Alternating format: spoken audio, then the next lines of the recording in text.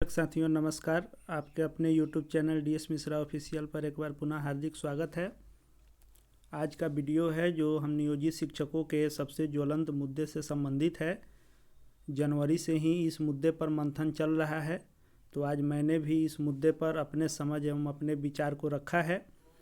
NIOS से जितने साथी जो है ट्रेंड हुए हैं, उनका एक ज्वलंत मुद्दा है कि अताउर रहमान एवं अन्य वर्सेज बिहार सरकार का जो एक केस था, उसके फैसले के आलोक में प्राथमिक शिक्षा निदेशक के द्वारा एक पत्र जारी किया गया है। पत्र में सभी जिले के जिला शिक्षा पदाधिकारी और जिला कार्यक्रम पदाधिकारी स्थापना के नाम से एक पत्र है और आदेश है कि NIOS से जितने भी साथी प्रशिक्षित हुए हैं, उन शिक्षक साथियों का फिर से वेतन फिक्सेशन या किनको जॉब में रखना है, किनको नहीं रखना है, किनकी नई नियुक्ति मानी जाएगी इत्यादि से संबंधित सभी जिलों को एक पत्र लिखा गया था। उस पत्र के बाद से ही इस पर हलचल मच गया और NIOS से जितने भी साथी ट्रेनिंग किए थे उनके बीच में जो है उपापोह की स्थिति है। और वर्तमान में सबसे बड़ा ज्वलंत मुद्दा है NIOS से जितने साथी ट्रेंड हुए हैं उनके मुद्दे से संबंधित। तो मैंने भी यह वीडियो आप सबों के लिए बनाया है कि हम शिक्षक साथियों के बीच जो है इस मुद्दे पर जो मंथन चल रहा है, इस पर क्या क्या है, इस केस में जो है क्या फैसला है, कौन सा केस था, किस केस के आधार पर प्राथमिक शिक्षा निदेशक का पत्र आया है, पत्र में क्या क्या आदेश है, किन किन बिंदुओं पर पत्र में प्राथमिक शिक्षा निदेशक रवि प्रकाश द्वारा जो पत्र जारी किया गया है, किन किन मुद्दों पर आदेशित किया गया है। उस आदेश के बाद कई जिलों में भी उसी पत्र के आलोक में पत्र निकलने शुरू हो गए हैं, जिससे कि नियोजित शिक्षक साथियों के बीच में हलचल है। तो इस वीडियो में हम लोग देखेंगे कि कौन सा मुद्दा है, कौन सा केस है, क्या प्राथमिक शिक्षा निदेशक का पत्र है और पत्र के आलोक में यदि यह पत्र का आदेश जो है लागू होता है तो NIOS से ट्रेंड शिक्षक साथियों को क्या क्या नुकसान उठाने होंगे। बहुत भारी नुकसान होने जा रहा है और यदि इस नुकसान से बचना है तो हम NIOS से प्रशिक्षित शिक्षक साथियों को अपने बचाव में क्या क्या करना चाहिए, क्या क्या कर सकते हैं, कौन कौन सा विकल्प हमारे पास बचा हुआ है, किन किन मुद्दों पर हमको आगे बढ़ना चाहिए, क्या करना चाहिए, नुकसान होगा तो क्या क्या नुकसान होगा, इन सारे बिंदुओं पर एक एक करके हम लोग क्लियर करने वाले हैं। तो वीडियो में अंत तक बने रहिएगा और इस NIOS से ट्रेंड शिक्षक साथियों के ज्वलंत मुद्दे पर अपना विचार रखिएगा। तो आइए हम लोग वीडियो में बिना देरी किए हुए आगे बढ़ते हैं। तो जो अताउर रहमान एवं अन्य वर्सेज बिहार सरकार का केस था, तो इस केस में कोर्ट ने 628 पेज का टोटल 628 पेज का फैसला दिया है। और इस 628 पेज के फैसले में 628 पेज के फैसले में 592 से लेकर 628 नंबर पेज तक में इस कोर्ट से संबंधित फैसले के संबंधित जो है इस पेज में जिक्र किया गया है। तो इसमें जो एक मेन पेज था जो हम लोगों से संबंधित था, उसको मैंने उठाया है कि इसमें कोर्ट ने क्या किया है कि चूँकि पेटिशनर बहुत सारे थे तो उनको 8 किस्म में बांटा है कि इसमें 8 किस्म के पेटिशनर हैं, तो 8 के लिए अलग अलग आदेश आया है। और उसी आदेश के आलोक में बिहार शिक्षा विभाग प्राथमिक शिक्षा निदेशक के द्वारा अलग अलग आदेश किया गया है कि किन किन शिक्षकों को कैटेगरी वाइज क्या क्या आदेश दिया गया है, उसके बारे में भी आगे हम लोग पत्र को देखेंगे।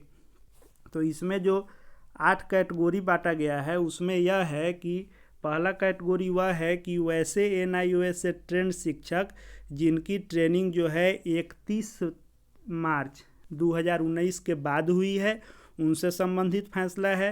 दूसरा कैटेगरी बांटा है कोर्ट ने कि teacher who have applied for training and have already been registered with NIOS but have not completed their training, यानी उन्होंने ट्रेनिंग में एडमिशन लिया और उससे ट्रेनिंग किए लेकिन उनका ट्रेनिंग जो है 31 मार्च 2019 तक कंप्लीट नहीं हुआ। एक यह कैटेगरी बनाया है। तीसरा कैटेगरी बनाया है कि those who have completed their training but not received the certificate up to 31 March 2019। Training तो उन्होंने कंप्लीट कर लिया लेकिन उनका रिजल्ट जो है, सर्टिफिकेट जो है 31 मार्च 2019 तक नहीं मिला। तो जैसा कि हम सभी शिक्षक साथी जानते हैं कि जो NIOS से ट्रेनिंग हुई थी उसका जो रिजल्ट आया था वह आया था 22 मई को। 22 मई 2019 को रिजल्ट आया था। इसके पहले जो है बाइट एवं डाइट से 3 सत्र से हम लोगों के शिक्षक साथियों के बीच से ही शिक्षक साथियों ने ट्रेनिंग किया था, तो उनसे संबंधित यह मामला नहीं है। NIOS से जो बचे हुए साथी थे, इसमें NIOS से कौन कौन से लोग हैं, तो जो 2010 में पूर्व नियोजित शिक्षक जो थे 2010 के बहाल, वे लोग थे। और उसके अलावा 2013-14 में जो TET से बहाल शिक्षक थे उनकी संख्या इसमें अधिक थी। और टोटल संख्या जो थी वह 60,000 से 70,000 के बीच में संख्या है जो NIOS से ट्रेनिंग किए शिक्षक साथी हैं। तो इस आदेश का प्रभाव जो है 60 से 70,000 शिक्षकों के ऊपर पड़ने वाला है और भारी नुकसान होने वाला है। इस पत्र के अगर आदेश को देखा जाए तो यह कहा जा सकता है कि एक किस्म से नियोजित शिक्षक साथियों को जो NIOS से ट्रेंड शिक्षक साथी हैं उनको बिहार सरकार ने शोषण करने या लूट लेने जैसी व्यवस्था का आदेश दिया है। बहुत ही भारी नुकसान हो रहा है, जिसके चलते NIOS से ट्रेंड शिक्षक साथी घबराए हुए हैं। और चूंकि घबराने वाला मुद्दा ही है क्योंकि आदेश ही ऐसा आया है, तो अताउर रहमान एवं अन्य बहुत सारे लोग जो थे या केस में गए हुए थे, उनका मुद्दा अलग अलग था। केस करने का कारण था कि 50% से कम इंटर में जिनको नंबर था उनके लिए केस था, नियुक्ति से संबंधित केस था, वेतन से संबंधित केस था, जिनका रिजल्ट नहीं आया था उनको सेवा में बनाए रखने के लिए केस था। लेकिन उसी केस में एक उल्टा भी आदेश आ गया कोर्ट का कि जो 31 मार्च 2019 के बाद ट्रेंड हुए हैं उनको नई नियुक्ति मानी जाएगी। उन शिक्षकों को जिस दिन से उनका रिजल्ट आया है उस दिन से सेवा काउंट की जाएगी। उसके पहले की सेवा जो है किसी मतलब प्रयोजन के लिए काउंट नहीं की जाएगी, जिसके चलते भारी नुकसान उठाना होगा। यही यह कोर्ट का आदेश के आलोक में पत्र है। तो पहला कैटेगरी बनाया कि जिनका जो है ट्रेनिंग 31/3/2019 के बाद हुआ। दूसरा बनाया कि जिन्होंने नाम तो लिखाया लेकिन उनकी ट्रेनिंग 31/3/2019 तक कंप्लीट नहीं हुई। और तीसरा कैटेगरी बनाया कि जिन्होंने ट्रेनिंग तो किया लेकिन रिजल्ट और सर्टिफिकेट 31/3/2019 के बाद हुआ। चौथा जो कैटेगरी बनाया हुआ है कि those whose result have not been declare although they have completed their training up to 31/3/2019, जिनका 31/3/2019 तक रिजल्ट नहीं डिक्लेयर हो पाया। पांचवा कैटेगरी है कि वैसे टीचर जो इग्नू से DP किए थे लेकिन 6 महीने का जो संवर्धन कोर्स करना था, ब्रिज कोर्स करना था, यदि उन्होंने ब्रिज कोर्स नहीं किए हुए हैं तो उनके लिए भी इसमें आदेश है अलग। उसके बाद जो छठा कैटेगरी है वह है teacher who have completed their training but their result have been withheld for one reason और द अदर, यानी जिन्होंने ट्रेनिंग किया लेकिन किसी कारणवश उनका रिजल्ट जो है रोक के रखा गया था, उनको एक कैटेगरी बनाया है। उसके बाद सातवां कैटेगरी बनाया है कि teacher do not possess 50% marks in their intermediate. NIOS से ट्रेनिंग में जो था 50% मार्क्स जो मांगा गया था, मेनली इसी के लिए केस हुआ था कि जो शिक्षक 50% मार्क्स जिनके इंटरमीडिएट में नहीं था उन्होंने ट्रेनिंग किया था, तो उनको एक कैटेगरी बनाया है। और एक आठवां कैटेगरी बनाया है कि वैसे शिक्षक जो इन सातों कैटेगरी में नहीं आते हैं फिर भी इस केस से इफेक्टेड होते हैं, तो उनको आठवां कैटेगरी में रखा गया है। तो इन्हीं 8 कैटेगरी ABCDEFGH 8 कैटेगरी में कोर्ट ने इन केस के पिटिशनर को अलग अलग केसों को जो है अलग अलग मुद्दे को देखते हुए 8 कैटेगरी में बांटकर और 8 कैटेगरी के शिक्षकों के लिए अलग अलग फैसला सुनाया है। और इन 8 कैटेगरी के शिक्षकों के फैसले के आधार पर प्राथमिक शिक्षा निदेशक ने भी सभी जिला शिक्षा पदाधिकारी DO एवं DPO स्थापना को पत्र जारी किया है। आइए हम लोग देखते हैं कि उस पत्र में क्या कहा गया है और उस पत्र से कैसे हम लोग इफेक्टेड हो रहे हैं। चूँकि यह मामला बहुत लार्जेस्ट है क्योंकि 60 से 70,000 शिक्षक जो है इससे इफेक्टेड हो रहे हैं। तो पत्र है, प्रेषक है रवि प्रकाश, निदेशक प्राथमिक शिक्षा। और किनको इन्होंने पत्र लिखा है तो सभी जिला शिक्षा पदाधिकारी बिहार एवं सभी जिला कार्यक्रम पदाधिकारी स्थापना बिहार को इन्होंने पत्र लिखा है। विषय वही है कि CWJCP संख्या 16,214/2019 अताउर रहमान एवं अन्य बनाम बिहार सरकार। और राज्य सरकार एवं अताउर रहमान के केस से संबंधित इन्होंने आदेश दिया है कि उपयुक्त विषयक CWJC संख्या जो है 16,214/2019 अताउर रहमान एवं अन्य बनाम राज्य सरकार एवं अन्य के साथ संबंध याचिकाओं को माननीय उच्च न्यायालय द्वारा दिनांक 19/10/2022 को आदेश पारित करते हुए निष्पादित किया गया है। विषयांकित याचिका एवं संबंध याचिका का मुख्य विषय दिनांक 31/3/2019 31 मार्च 2019 तक प्रशिक्षण प्राप्त नहीं करने वाले शिक्षक को सेवा से हटाए जाने से संबंधित है कि एक आदेश था, उसी के लिए यह केस हुआ था।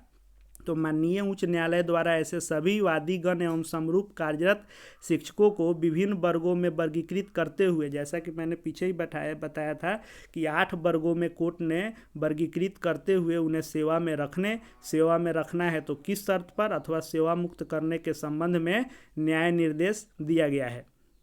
माननीय उच्च न्यायालय द्वारा पारित न्यायादेश के अनुपालन हेतु निम्नलिखित निर्देश दिए जा रहे हैं। इस कोर्ट के 8 कैटेगरी में बांटे गए पिटिशनर को अलग अलग जो फैसला सुनाया गया उसके आलोक में क्या क्या आदेश दिया गया है उसको हम लोग देखते हैं।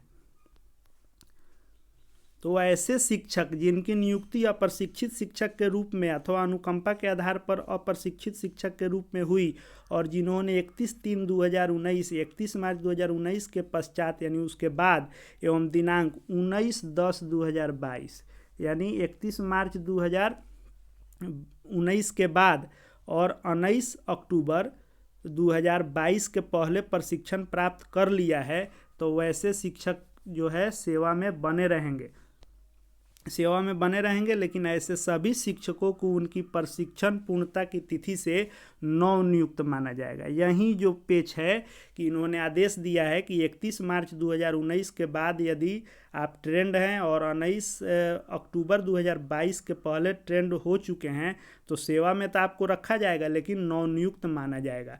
यानी आपकी प्रशिक्षण की तिथि यदि 22 मई 2019 है तो आपकी नियुक्ति 22 मई से ही मानी जाएगी। यही आदेश है जिससे जो है खलबली मची हुई है और उनकी सेवा की गणना उसी के अनुसार की जाएगी और इनके प्रशिक्षण से पूर्व की सेवा की गणना किसी भी प्रयोजन के लिए नहीं की जाएगी।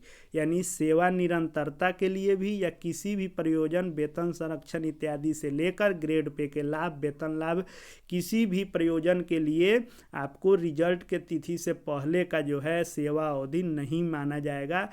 यही आदेश जो है हम NIOS से प्रशिक्षित शिक्षकों को भारी नुकसान कर रहा है। ऐसे शिक्षक जो दिनांक 19/10/2022 तक प्रशिक्षण प्राप्त करने में असफल रहे हैं यानी 31 मार्च 2019 से लेकर 19 अक्टूबर 2022 तक यदि ट्रेनिंग किए हैं तो सेवा में तो रहेंगे लेकिन नवनियुक्त माना जाएगा। और साथ ही साथ जो 19 अक्टूबर 2022 तक भी प्रशिक्षण प्राप्त करने में असक्षम रहे हैं नहीं कर पाए हैं उन्हें नियोजन इकाई द्वारा नियमानुसार विधिवत प्रक्रिया का पालन करते हुए उनकी सेवा जो है समाप्त की जाएगी।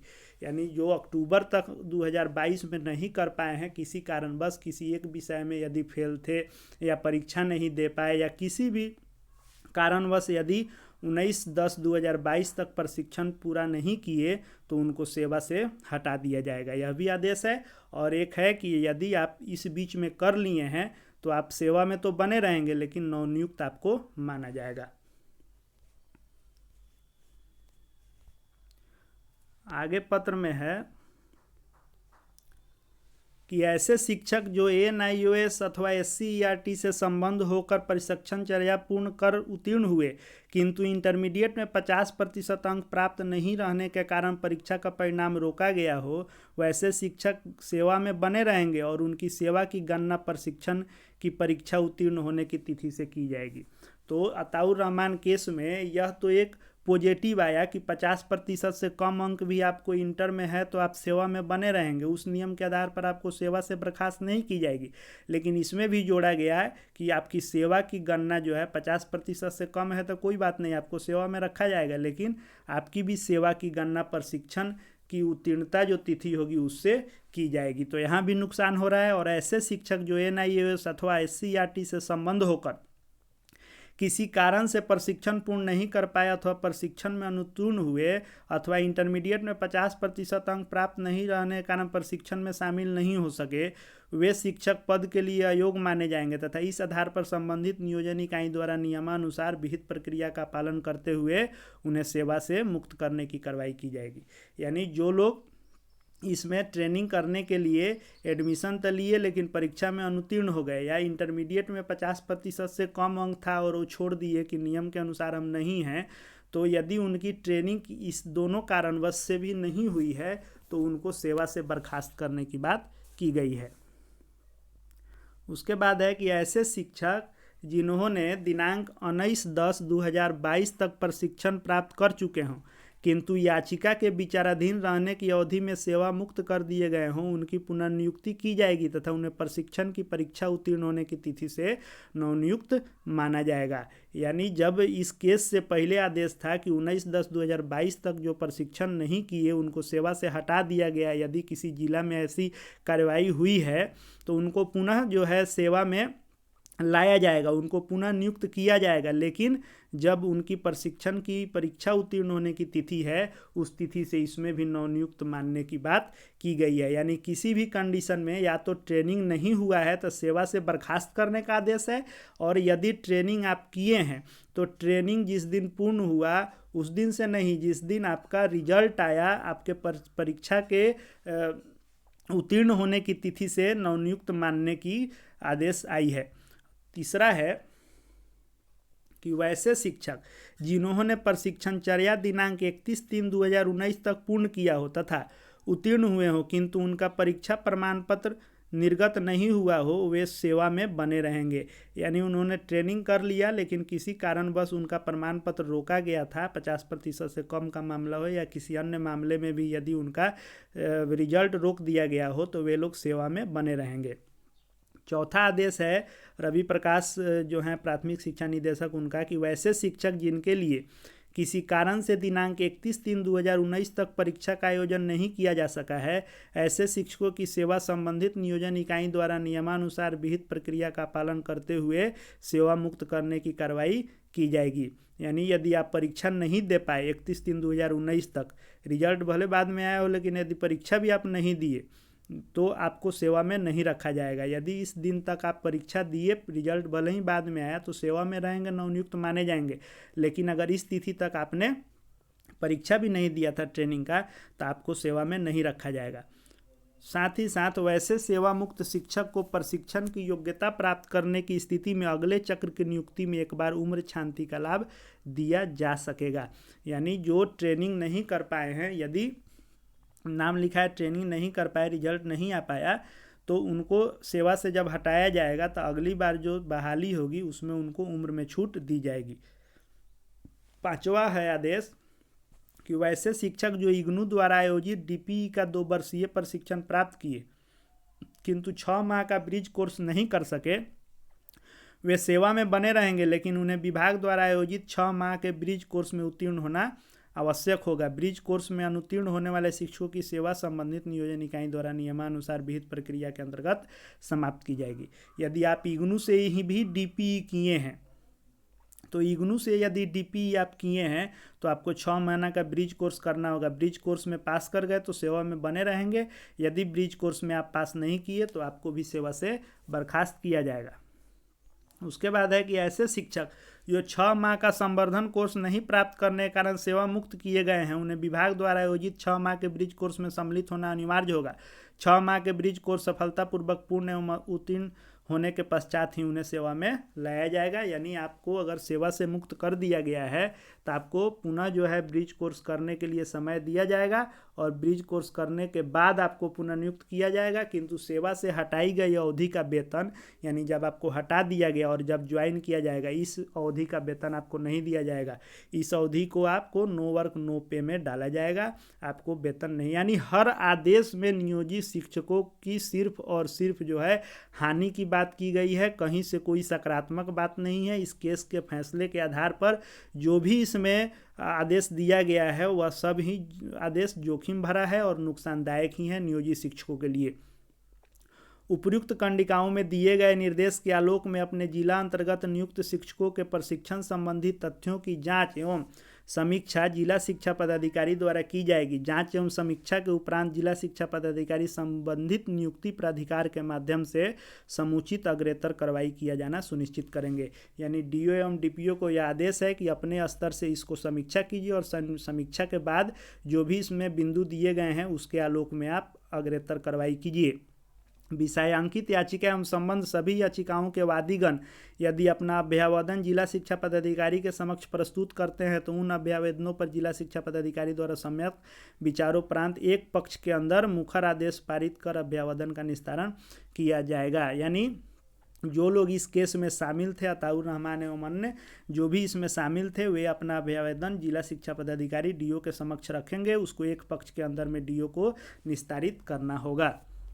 यही आदेश जो है आपको रवि प्रकाश निदेशक प्राथमिक शिक्षा द्वारा जारी किया गया है, जो 5 जनवरी 2023 के डेट में है। और यह पत्र जब आया उसके बाद कई जिलों में इससे संबंधित इस आलोक में पत्र निकलने शुरू हो गए हैं और इस पत्र के बाद नियोजित शिक्षकों के बीच में हलचल सी मच गई है, क्योंकि हर आदेश से नियोजित शिक्षकों को नुकसान ही हो रहा है, बहुत भारी नुकसान होने जा रहा है, जो एक दुख भरी खबर है। और सरकार द्वारा जो है यह शोषित करने का एक आदेश पत्र है जो हाई कोर्ट के आदेश के आलोक में है। जो भी हम नियोजित शिक्षकों के लिए सकारात्मक हाई कोर्ट का आदेश आता है, जैसे स्नातक ग्रेड के लिए आया था कि 5 वर्ष के संतोषजनक सेवा के बाद हेडमास्टर में आपको प्रोन्नति दी जाएगी, तो कोर्ट ने आदेश किया। उसके बाद उस आदेश के बाद जो है तब भी सरकार नहीं मानी, अवमानना का केस किया गया, उसके बाद भी सरकार नहीं मानी। यानी जो सकारात्मक फैसले आते हैं उस पर सरकार सुस्त रहती है, लेकिन हम लोग के लिए जो नकारात्मक फैसले कोर्ट द्वारा आते हैं उस पर तुरंत सरकार द्वारा एक्शन लेकर उसको जो है लागू करने के लिए पत्र निकाल दिए जाते हैं। उसी कड़ी में ये भी एक पत्र है जिससे हम नियोजित शिक्षकों को भारी नुकसान उठाना पड़ेगा। तो NIOS से जो भी ट्रेंड शिक्षक हैं या इग्नू से DP किए हुए जो 6 माह का संवर्धन कोर्स नहीं किए थे, उनको क्या क्या नुकसान हो सकता है उसको हम लोग एक बार देखते हैं। तो आपको इस आदेश से जो है NIOS से प्रशिक्षित शिक्षकों को क्या नुकसान होंगे, तो सबसे पहला नुकसान है कि सबका ट्रेनिंग के बाद से नई नियुक्ति मानी जाएगी। इस पत्र का यही निचोड़ है कि आप कभी भी ज्वाइन किए हैं, चाहे 2010 में ज्वाइन किए, 13 में किए, 14 में किए, 15 में किए, लेकिन NIOS से ट्रेनिंग आप किए, आपका रिजल्ट यदि मई में आया या उसके बाद आपका रिजल्ट है, तो जब आपका रिजल्ट है उस तिथि से आपको नवनियुक्त माना जाएगा। अब इस नवनियुक्त मानने से आपके वेतन में 5 से 7 हज़ार 8 हज़ार रुपये तक की कमी होगी, जो भारी नुकसान होगा। वेतन की तो कमी हो ही जाएगी इस आदेश से, वेतन कटौती तो हो ही रहा है इससे। और ये होगा कि सबकी नई नियुक्ति होने से 2 वर्ष के बाद जो ग्रेड पे का लाभ है मिलेगा, क्योंकि आदेश है कि आप ट्रेंड भी हैं तो 2 वर्ष के बाद आपको ग्रेड पे मिलता है। तो चूंकि यह सेवा में योगदान से 2 वर्ष के बाद मिलता है, जैसे जो साथी ट्रेंड भी बहाल हुए थे, पहले से BEd या DLEd किए थे तब शिक्षक बहाल हुए थे, उनको भी 2 वर्ष तक अनट्रेंड माना गया। लेकिन वो चूँकि ट्रेंड पहले से थे फिर भी सरकार ने उनको अनट्रेंड मानते हुए 2 वर्ष तक ग्रेड पे से जो है वंचित रखा और ग्रेड पे 2 वर्ष बाद मिला था। यदि इस आदेश से आपको नई नियुक्ति मानी जाएगी तब तो सरकार फिर पुनः 2 वर्ष तक आपको ग्रेड पे नहीं देगी, तो नई नियुक्ति हो जाएगी, उसके बाद वेतन भी कटौती हो जाएगी और साथ ही साथ फिर 2 वर्ष तक आपको ग्रेड पे का लाभ नहीं मिलेगा। जो आपको ट्रेनिंग से एरियर की राशि बन रही थी वो भी एरियर की राशि सरकार आपको नहीं देगी। और सबसे बड़ा जो नुकसान होगा वह होगा कि सेवा अवधि आपकी घट जाएगी। यानी आप 10 में बहाल हैं और 2019 से आपको नई नियुक्ति मानी जाएगी, तो 9 साल आपका सेवा जो है ख़त्म हो गया। सरकार के लिए आप काम किए, 9 वर्ष विद्यालय में काम किए, यह 9 वर्ष का गणना जो है सरकार कह रही है कि किसी भी प्रयोजन के लिए यानी किसी चीज़ में इसकी गणना नहीं करेंगे। तो जब सेवा अवधि घट जाएगी तो जो भी विभागीय पदोन्नति होती है, यानी आप बेसिक हैं 1 से 5 हैं तो 6 से 8 में जो आपका विभागीय प्रमोशन होता है, या नया में अभी जो प्रधान शिक्षक की बहाली होने जा रही है और उसमें जो है सेवा अवधि काउंट की जाती है, या अन्य भी किसी भी विभाग में आपकी सेवा अवधि बहुत मायने रखती है। सेवा अवधि के आधार पर ही आपको विभाग में कोई अवसर मिलते हैं। तो ये सारे अवसर आपके समाप्त हो जाएंगे जब आपका सेवा अवधि ही कम पड़ जाएगा। जो 10 में बहाल हुए उनका 9 साल सेवा अवधि ख़त्म हो जाएगा। जो लोग 13 में बहाल हुए 6 साल ख़त्म हो जाएगा। 14 में बहाल हुए 5 साल ख़त्म हो जाएगा। तो आप सरकार के लिए कम वेतन में सेवा दिए, अपना सब कुछ न्यौछावर किए, लेकिन सरकार जब इस पत्र का अगर पालन करवाएगी तो इसके आधार पर सेवा अवधि घट जाएगी और भारी नुकसान होगा कि किसी भी प्रयोजन के लिए सरकार कह रही है कि आपकी इस सेवा की गणना नहीं की जाएगी। तो मोटा मोटी देखा जाए तो यह 5 जो है सबसे बड़े नुकसान। अन्य बहुत सारे नुकसान देखने को मिलेंगे ही, लेकिन मोटा मोटी देखा जाए तो यह 5 बहुत भारी नुकसान के तौर पर इस पत्र के आलोक में दिख रहा है। तो सबसे बड़ा बात यह आता है कि मान लीजिए NIOS से जो ट्रेनिंग किए हैं उनकी संख्या कम नहीं है। 60 से 70 हज़ार नियोजित शिक्षक हैं जो NIOS से और इग्नू से DPE किए या 6 महीना का संवर्धन कोर्स नहीं किए, तो ऐसे शिक्षकों की संख्या 65 से 70 हज़ार के आसपास होगी। तो इतने जो है भारी संख्या में शिक्षकों को जो नुकसान होगा, तो ऐसे हाथ पर हाथ रखे रहने से तो कुछ होने जाने को है नहीं, क्योंकि सरकार जो भी नकारात्मक आदेश आता है उसको लागू करती ही है। यदि हम लोग सुस्त पड़े रहेंगे तो यह आदेश लागू सरकार करेगी ही, क्योंकि प्राथमिक शिक्षा के निदेशक के पत्र के आलोक में कई जिलों में भी पत्र निकला है। कुछ जिलों में है संघीय नेताओं द्वारा उस पत्र को अभी रोका गया है, लेकिन यदि कुछ नहीं किया गया तो धीरे धीरे इस पत्र के आलोक में सभी जिलों में जब पत्र जारी हो जाएगा और नई फिक्सेशन की बात हो रही है, नई नियुक्ति की बात हो रही है, तो जब यह होना शुरू हो जाएगा तब उसके बाद जो है इससे निपटना बहुत मुश्किल हो जाएगा। तो इसकी एक गहरी रणनीति बनाते हुए इसके लिए एक लड़ाई लड़नी होगी ताकि यह आदेश सरकार का वापस ले लिया जाए। तो इस आदेश को वापस कराने के लिए और अपने आप को बचाने के लिए क्या क्या किया जा सकता है, मैंने अपने स्वविवेक से, अपने विचार से जो मैंने सोचा है उसको भी हम लोग देखते हैं। तो पहला जो है कि इस मुद्दे पर क्या क्या किया जा सकता है उसको हम लोग देखते हैं। तो पहला किया जा सकता है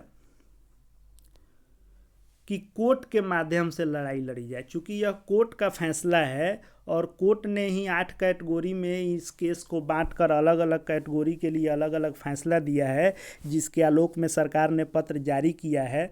तो चूँकि बहुत लंबा फैसला है, 628 पेज का फैसला है, तो किसी बड़े वकील जो इस विभाग से संबंधित हों, जिन्होंने केस जीता हो या इसकी समझ रखते हों, तो बहुत बड़े वकील से और अलग अलग केस नहीं करके सभी शिक्षक साथी या जितने भी संगठन के लोग इसके लिए एक्टिव हैं, सभी लोग मिलकर एक केस करें।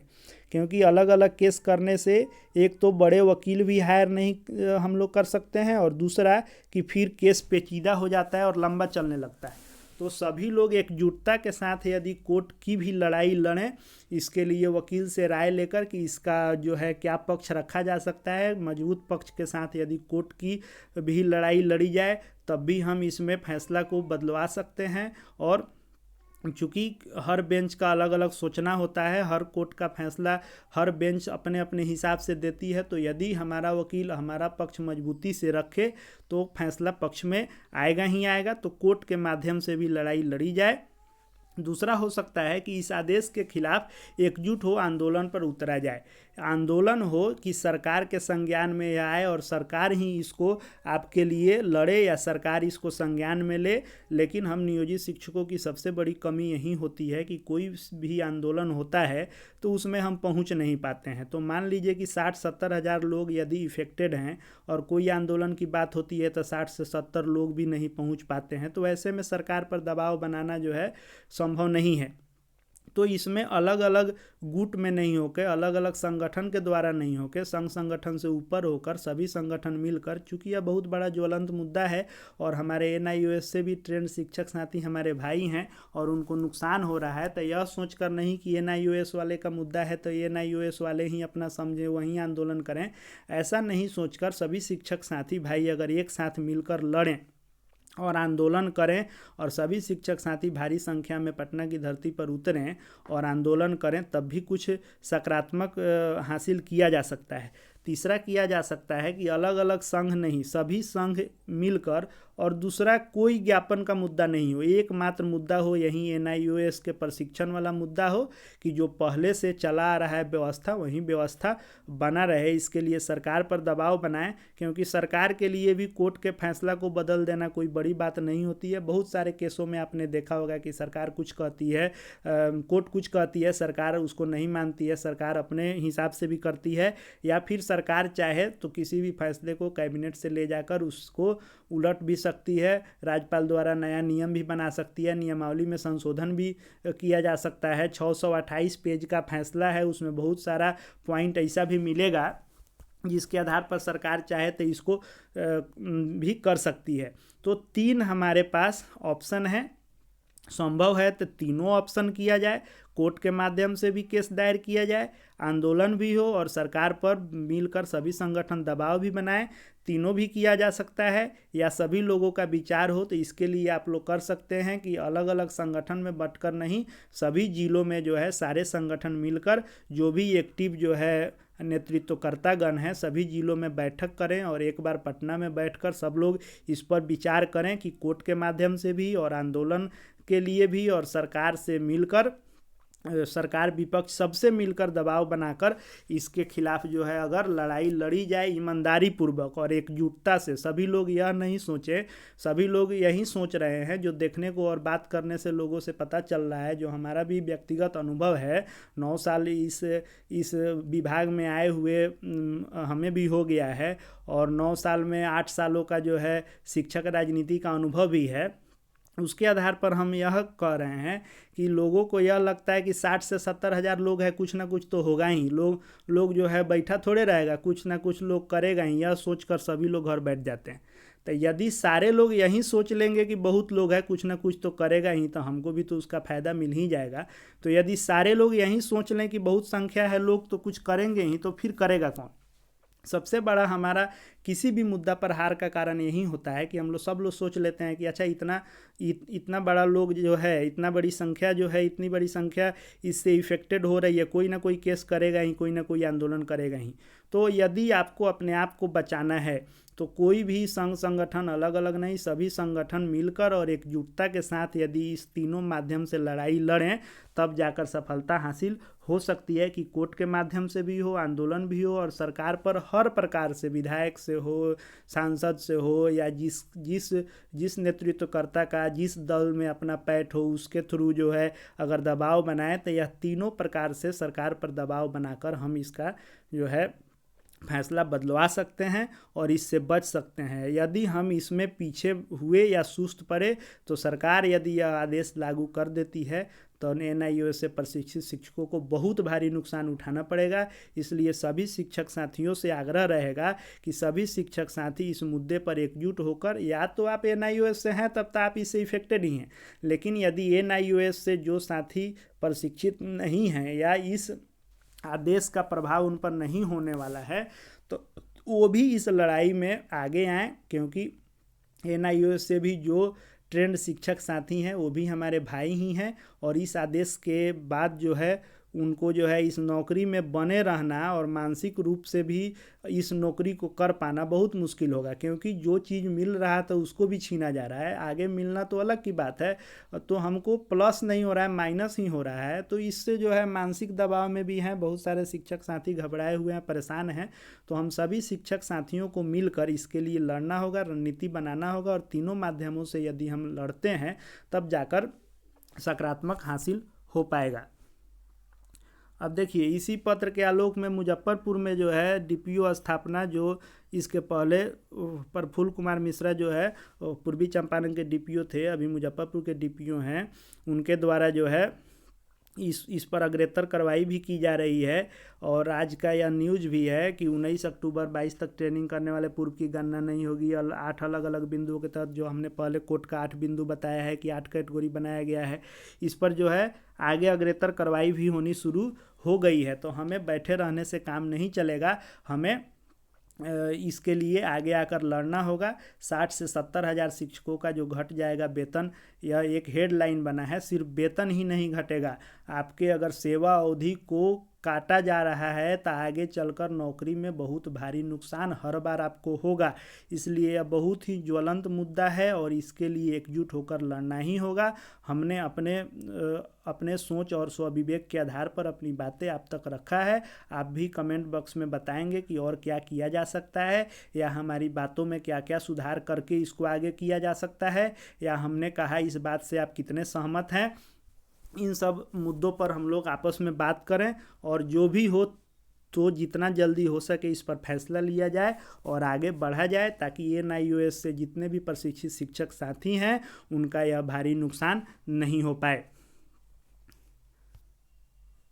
यदि चैनल पर आप नए आए हैं शिक्षक साथी तो चैनल को सब्सक्राइब करके बेल आइकन को प्रेस कर लेंगे, क्योंकि शिक्षा एवं शिक्षक जगत से संबंधित ऐसे जो भी खबरें होती हैं, जो भी नियमावली आते हैं, जो भी आपके लिए अपडेट होता है, वह आपका इस शिक्षक साथी के YouTube channel DS Mishra official पर अपडेट आप तक पहुँचता रहता है।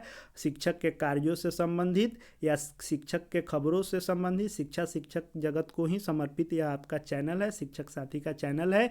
इसको सब्सक्राइब कर लें ताकि हमको भी आगे आपके लिए वीडियो बनाने में मनोबल मिल सके और आप प्रोत्साहित करें। और वीडियो आपके लिए उपयोगी लगा हो तो लाइक करें, अन्य शिक्षक साथियों के लिए यह शेयर करें कि मेरे विचार के बाद उनका इस पर क्या विचार आता है, और कमेंट करके बताएं कि और क्या क्या इसमें किया जा सकता है। आपको इस वीडियो को देखने के लिए बहुत बहुत धन्यवाद। हमारी शुभकामनाएं NIOS से प्रशिक्षित शिक्षक साथियों के लिए है कि हम लोग बहुत जल्दी यह लड़ाई लड़ें और सरकार का यह आदेश निरस्त हो और हमको यह नुकसान नहीं हो। इसके लिए हम आपको शुभकामनाएं देते हैं। वीडियो को देखने के लिए आपका बहुत बहुत धन्यवाद।